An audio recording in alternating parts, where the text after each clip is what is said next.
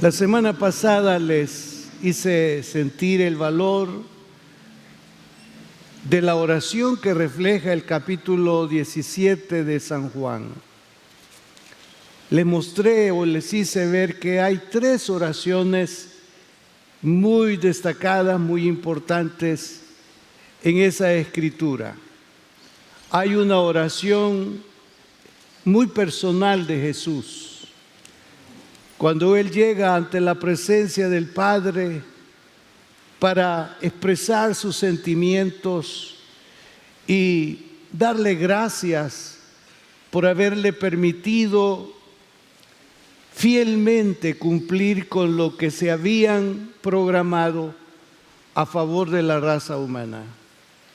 Él ya lo está dando como un hecho, aunque tenía unos días por delante, quizás los más difíciles, para poder completar el pacto, el trato celebrado a favor nuestro.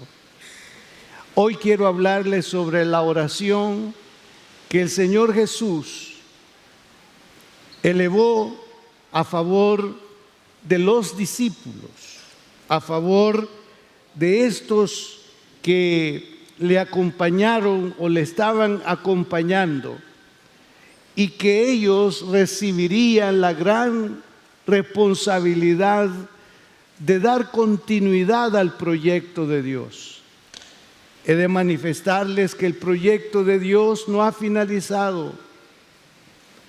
El proyecto de Dios ahora está en nuestras manos.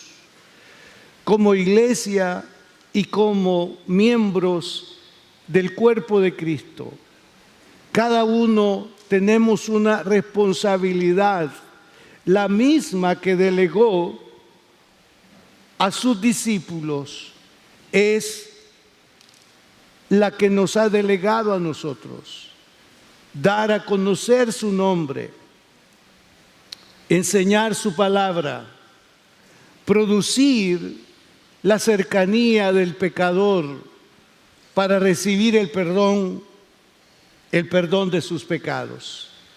Me permito invitarles entonces a dar lectura del capítulo 17 de San Juan, los versículos que voy a ir mencionando uno por uno. Versículo 9. Yo ruego por ellos, no ruego por el mundo, sino por los que me diste, porque tuyos son, y todo lo mío es tuyo, y lo tuyo mío, y he sido glorificado en ellos. Versículo 11. Y ya no estoy en el mundo, mas estos están en el mundo, y yo voy a ti. Padre Santo, a los que me has dado, guárdalos en tu nombre, para que sean uno, así como nosotros. Versículo 15. No ruego que los quites del mundo, sino que los guardes del mal. Versículo 17. Santifícalos en tu verdad, tu palabra es verdad. Versículo 18. Como tú me enviaste al mundo, así yo los he enviado al mundo. Usted está notando en los diferentes versículos que el Señor está dando como hecho lo planificado, como ya dije, el proyecto de salvación para el hombre. Un proyecto que estuvo siempre dentro de un marco de lealtad y de fidelidad. Jesús no falló en ningún instante a lo diseñado en conjunto con el Padre y con el Espíritu Santo. Paso a paso, Él llevó a cabo el proyecto por hacer uso de la imaginación. Día terminado, iba y miraba el proyecto y podía decir: cumplido, Padre Santo. Gracias por la fortaleza que me diste para poder llevarlo a cabo. Y muy temprano en la mañana buscaba nuevamente el rostro de Dios en oración para encomendar el día, para encomendar lo que tenía por delante, y así sucesivamente, hasta que llegó el instante en que Él desde la cruz del Calvario pudo decir al Padre: consumado, consumado es.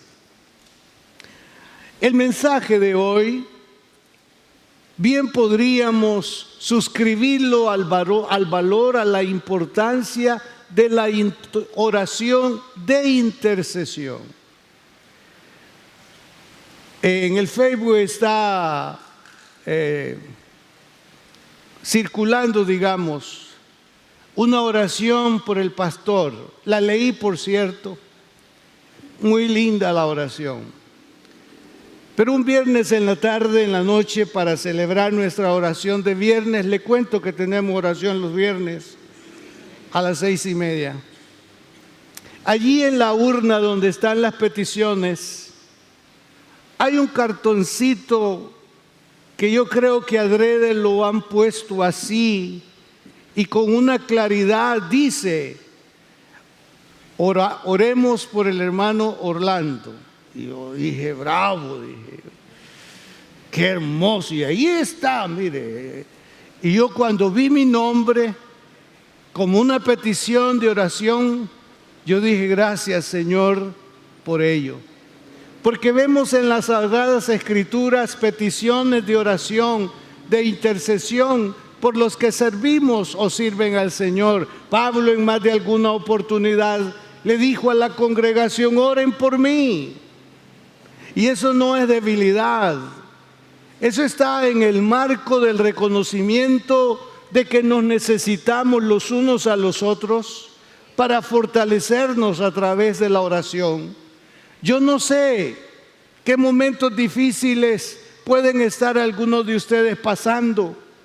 A veces nos damos cuenta porque, nos cuentan, y en algunas otras ocasiones porque tenemos acceso a las peticiones, y ahí nos damos cuenta de que usted escribió una petición. En algún momento, por el Espíritu Santo, sentimos que esa petición es extremadamente sentida, que hay una profundidad en esa petición de ayuda, de auxilio, y por eso estamos intentando hacer lo que el Señor quiere que hagamos, y es que seamos gente, que nos involucremos unos con otros a favor, a través de la oración. Esta oración de Jesús precisamente encaja en lo que podríamos denominar una oración de intercesión. En primer lugar, usted va a notar que Jesús enfocó su oración en sus discípulos. El versículo 9 dice: yo ruego por ellos, no ruego por el mundo. La traducción, lenguaje actualizado, dice: yo te ruego por ellos, no pido por la gente que no me acepta y que solo piensa en las cosas de este mundo. Más bien pido por los seguidores que me diste y que son tuyos. Parece que en ese momento como que Él no muestra interés o importancia por el mundo. Una vez más, escuche cómo dijo: no ruego por el mundo.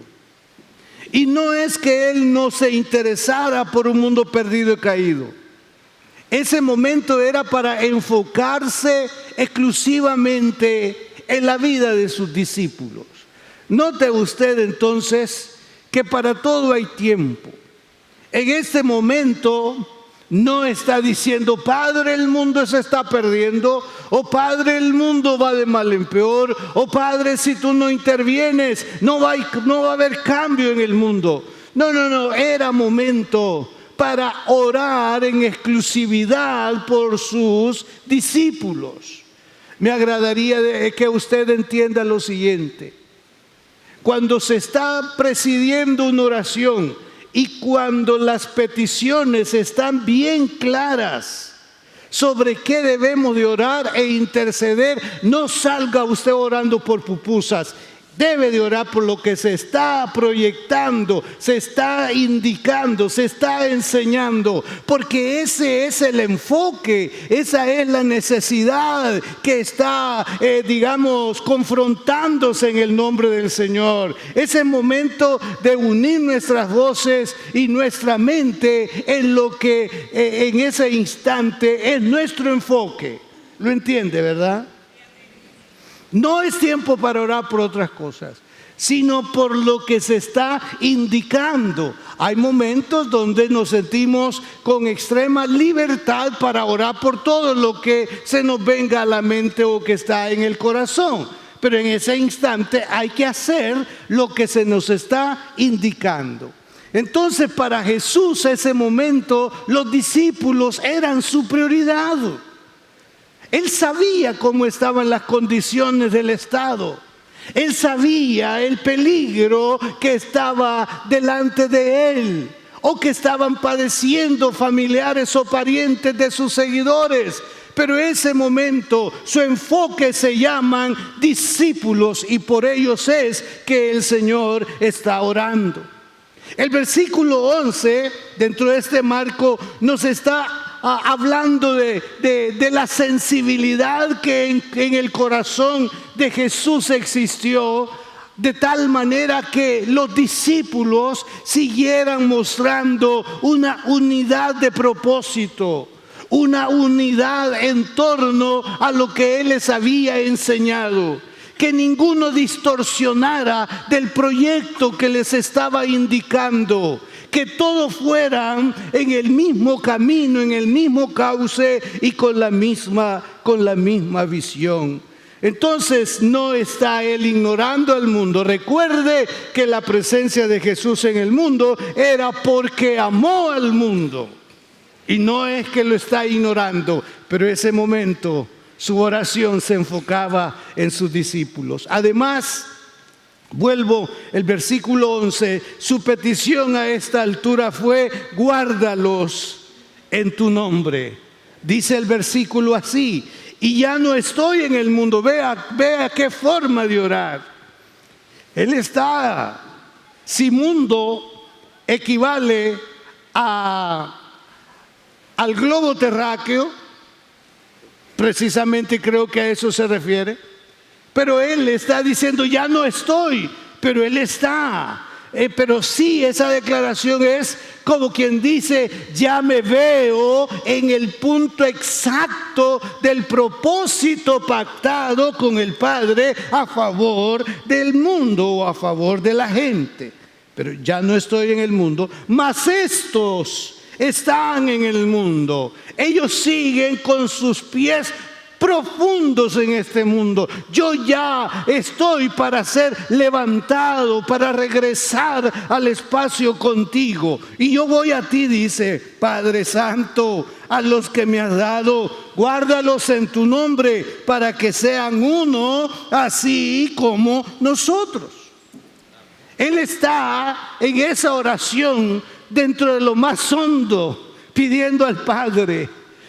Están expuestos a tener criterios diferentes entre ellos y lo van a mantener, pero en cuanto a lo que yo les he enseñado, que no haya divergencia de ninguna naturaleza, que opinen exactamente como yo les he mostrado, como yo les he enseñado. Aquí no hay ventaja para uno y desventaja para otro. Tenemos que estar en el mismo propósito. Aquí no se trata que ese plato de comida a mí no me gusta, o que le pusieron demasiada sal a él. No se trata de gustos, no se trata de eso. Se trata exactamente de lo que Jesús les había enseñado y que no hubiese divergencia en ese sentido entre ellos. Por eso el Señor sabe que necesitaban oración. Porque durante esos 3 años de discipulado, durante su ministerio terrenal, estaba por terminar. Y él sabía a lo que estaban expuestos como personas. Y él está propugnando en la presencia del Padre, diciendo: Padre, que no distorsionen la doctrina, que no distorsionen la enseñanza, que sepan dirigir tanto Juan, Pedro o los demás, independientemente a quienes se dirijan o donde ellos estén, que nos aseguremos de que están diciendo lo que yo a ellos les he enseñado. Él está naturalmente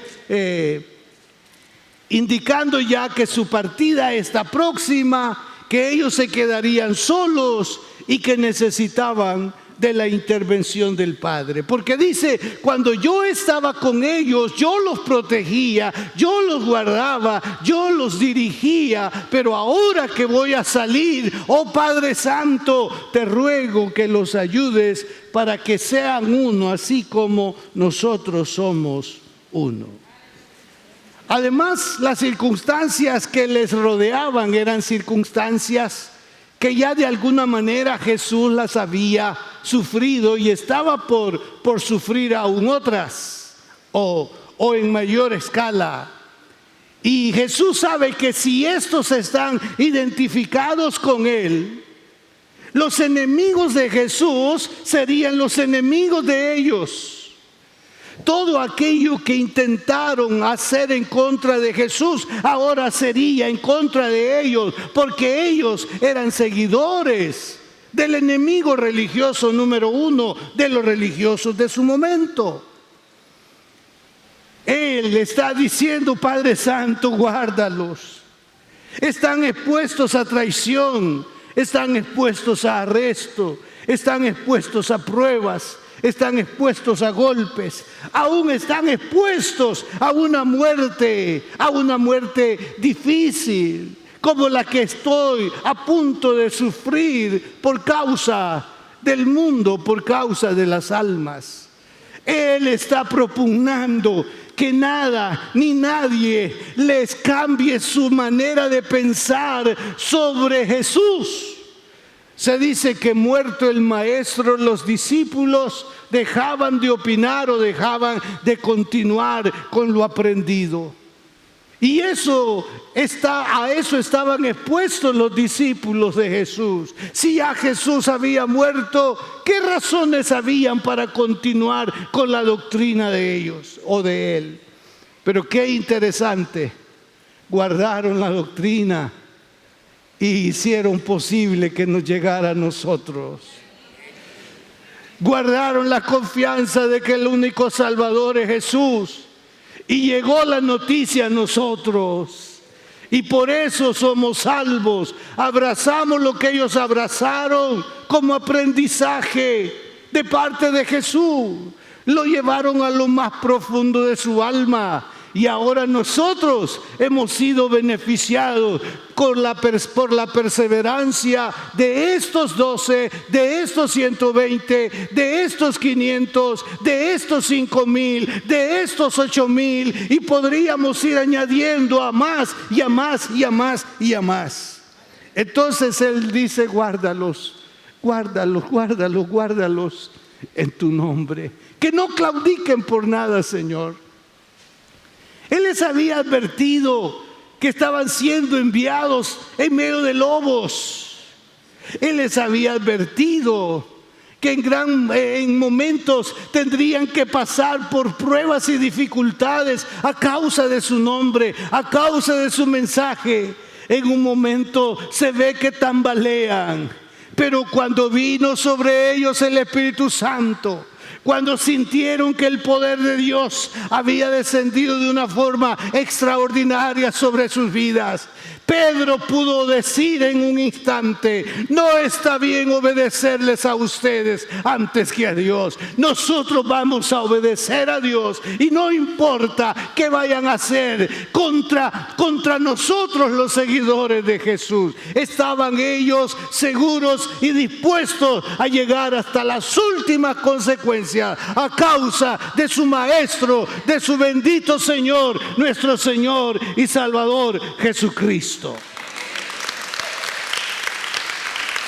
Guárdalos en tu nombre. Solamente la protección del Señor podía hacer que estos se mantuvieran firmes en medio de las acechanzas del maligno. La tradición dice que cuando le iban a quitar la vida a Pedro, la idea de aquellos para avergonzarlo era crucificarlo de la manera en que Jesús fue crucificado. Pero él pudo decir: no soy digno de que me ubiquen así como lo hicieron con mi Señor. Hagan lo que quieran, pero no lo hagan así. La tradición dice que fue crucificado cabeza abajo.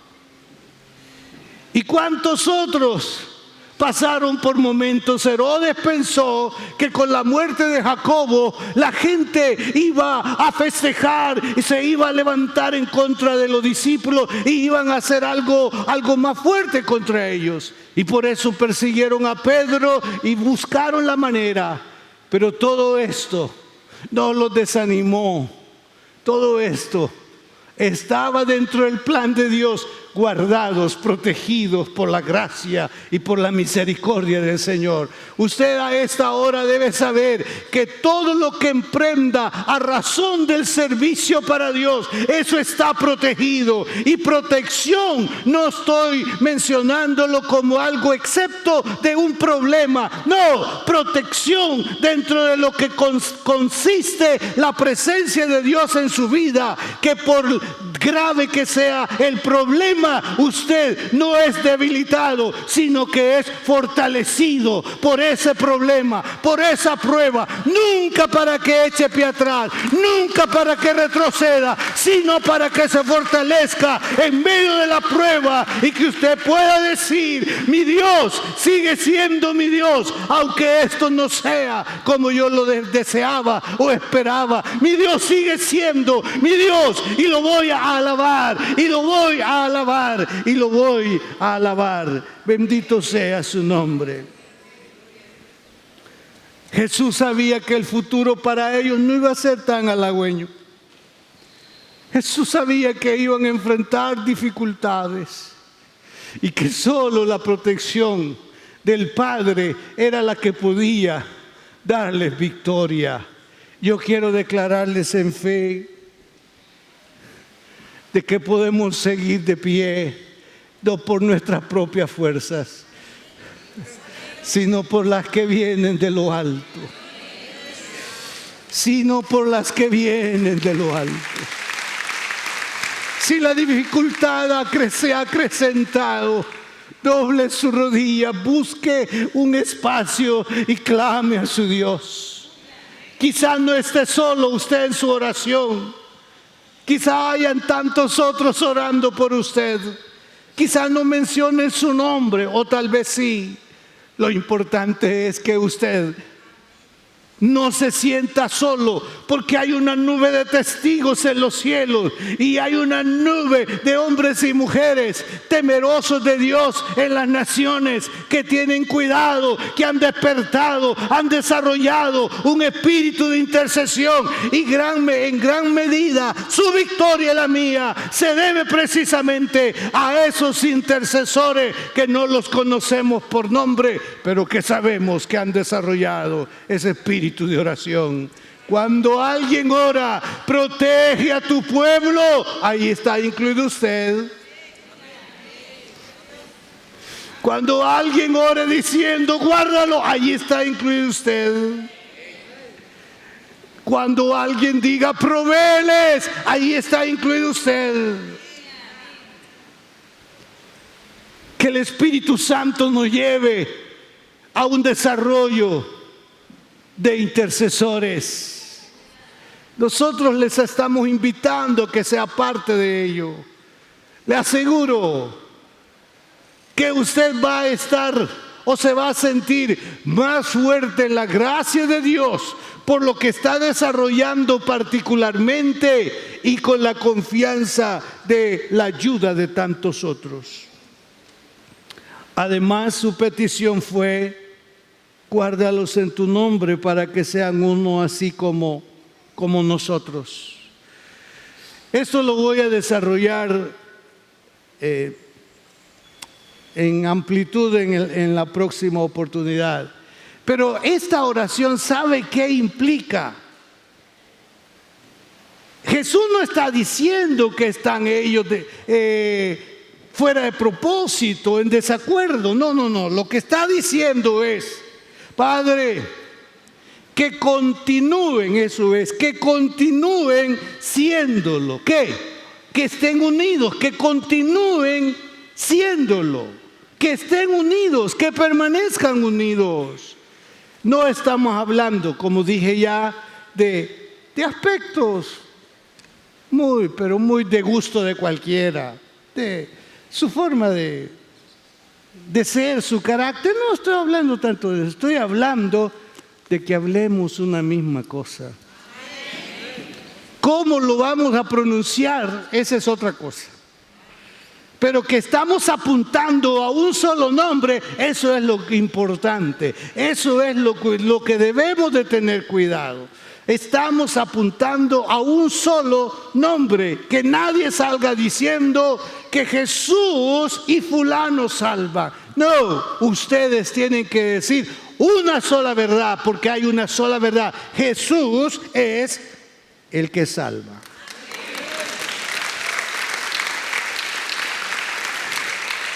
También su oración incluyó la petición de que fuesen guardados del mal o del maligno. Vea cómo dice el versículo 15: no ruego que los quites del mundo, sino que los guardes del mal. Vea qué extraordinario eso. No, Señor. No te estoy pidiendo que los quites del mundo, sino que los guardes del mal. Sea como quien dice: Señor o Padre, yo sé que cada uno de mis seguidores tiene su tiempo. Tú tienes el día y la hora cuando los vas a llamar a tu presencia.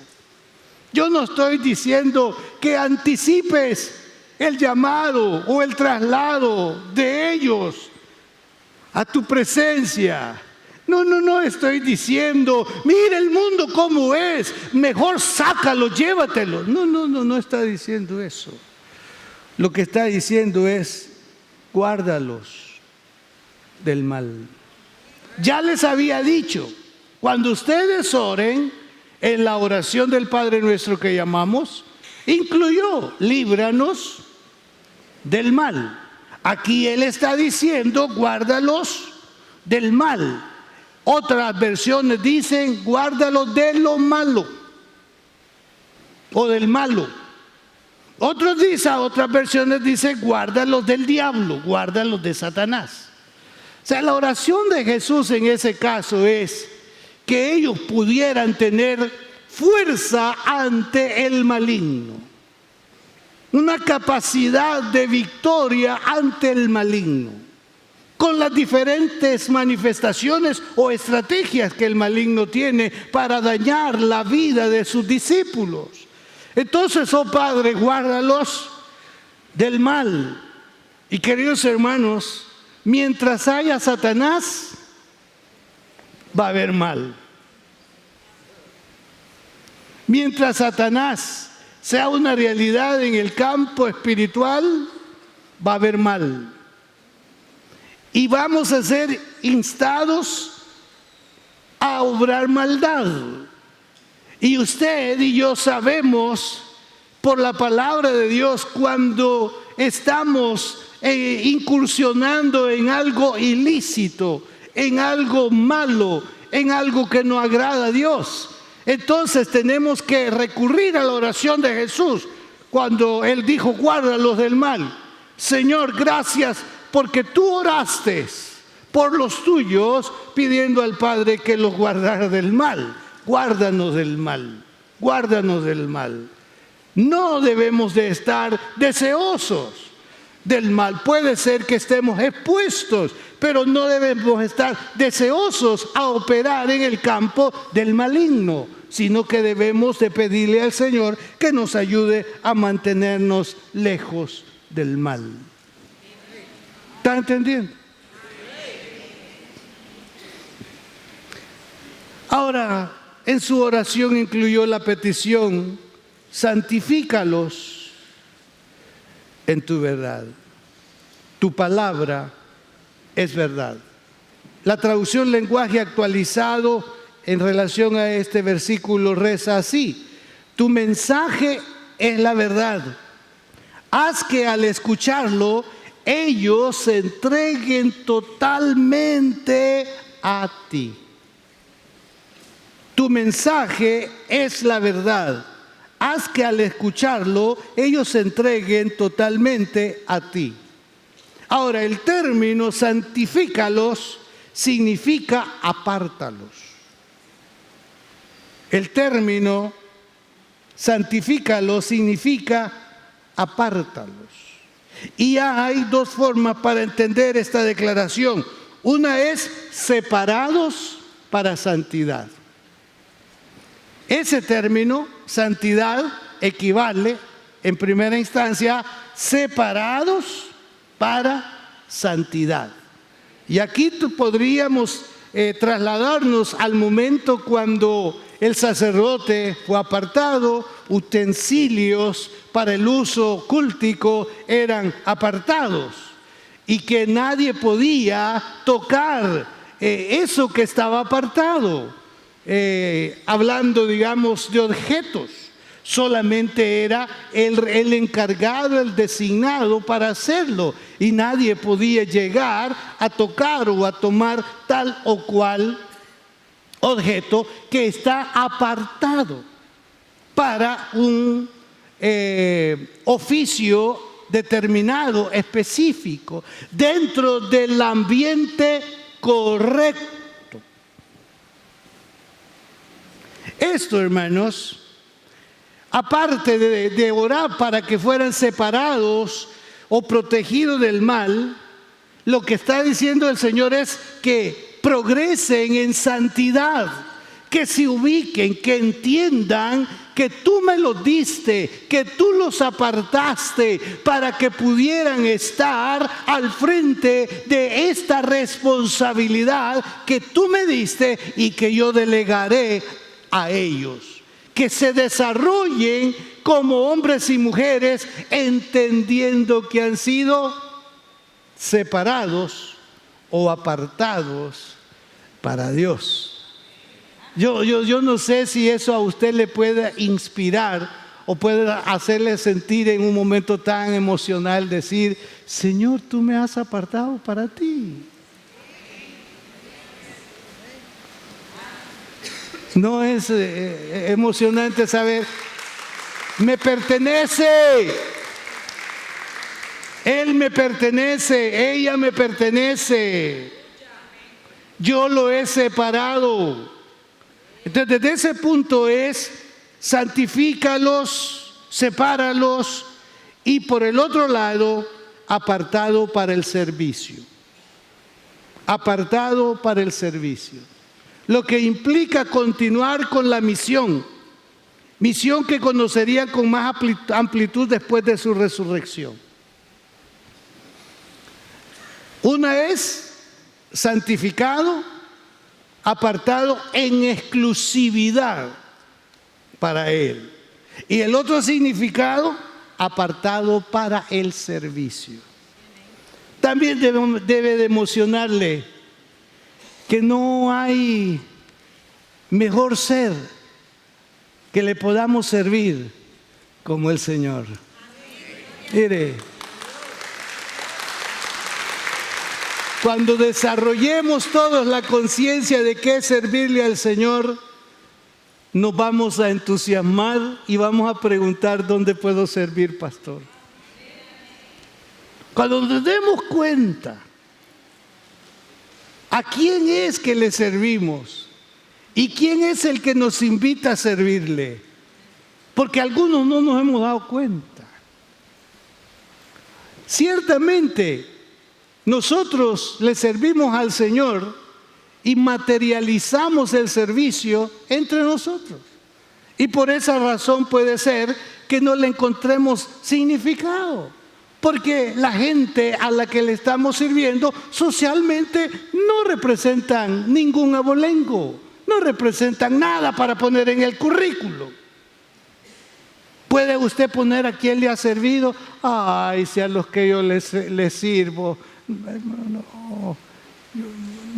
Hermano, por favor, usted no le sirve en sí al hombre, le sirve al Señor. Desde luego se materializa nuestro servicio entre nosotros. Todo lo que hagáis, hacedlo de corazón, no como para los hombres, sino como para Dios. Entusiásmese, sírvale a Dios, sienta placer en servirle a Dios. Aproveche los espacios que como iglesia local le damos para que sirva a Dios. Pero este servicio va con un enfoque, lleva una misión, y la misión es dar a conocer a Jesús como el Señor y como el Salvador de la gente. Ese es el clímax del servicio al que el Señor está diciendo al Padre: apártalos, santifícalos, que hagan un servicio, que permitan que los que son servidos puedan día a día conocerme y desarrollarse en mí, o tener los primeros contactos con el ser que vino para salvarlos. Y santifícalos en tu verdad, tu palabra es verdad. Algunos sugieren que esto equivale a permanecer fieles a la palabra, a crecer en el conocimiento de la palabra, a ubicar exactamente qué dijo Jesús, no qué quiso decir. En algún momento quizá alguien venga con eso: bueno, él quiso decir. Pero en todo momento será: así dijo el Señor. ¿Y cómo sabe usted que así dijo el Señor? Está en su palabra. Su palabra es la que me ha enseñado. Entonces nos instan a guardar la palabra, a creer la palabra, a permanecer en la palabra, a enseñar la palabra. Que permanezcan en tu verdad, tu palabra es verdad. Eso también, hermanos, se los quiero recordar. Es importante que usted crezca en el conocimiento. Mire, no es tan agradable escuchar que hermanos que ya llevan 20 años no saben un versículo. No tienen un versículo de memoria. O si le dicen que diga un versículo de memoria, ya sabe usted cuál sale, ¿verdad? Porque de tal manera amó Dios al mundo que ha dado su Hijo.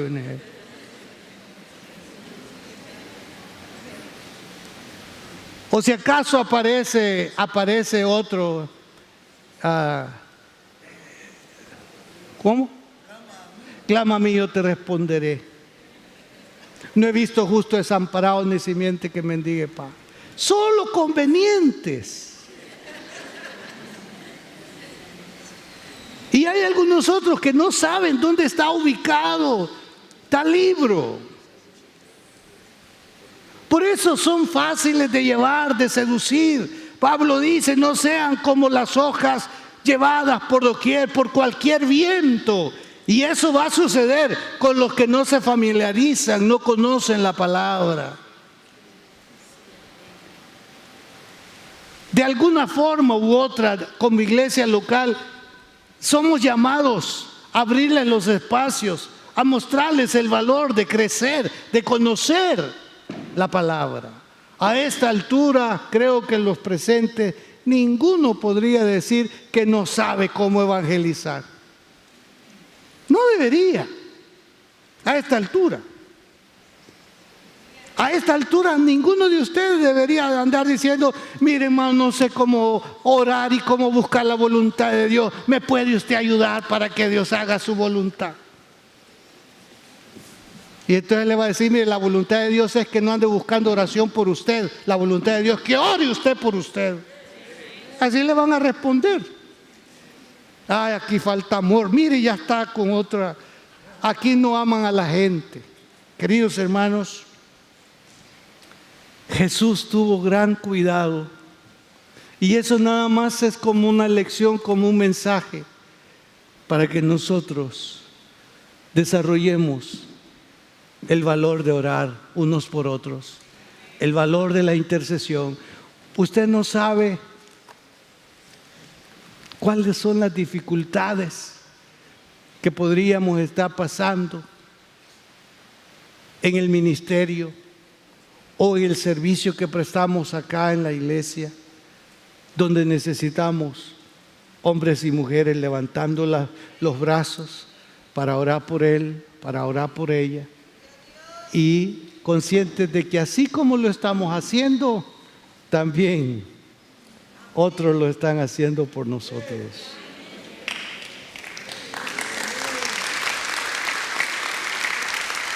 Estudie detenidamente San Juan 17.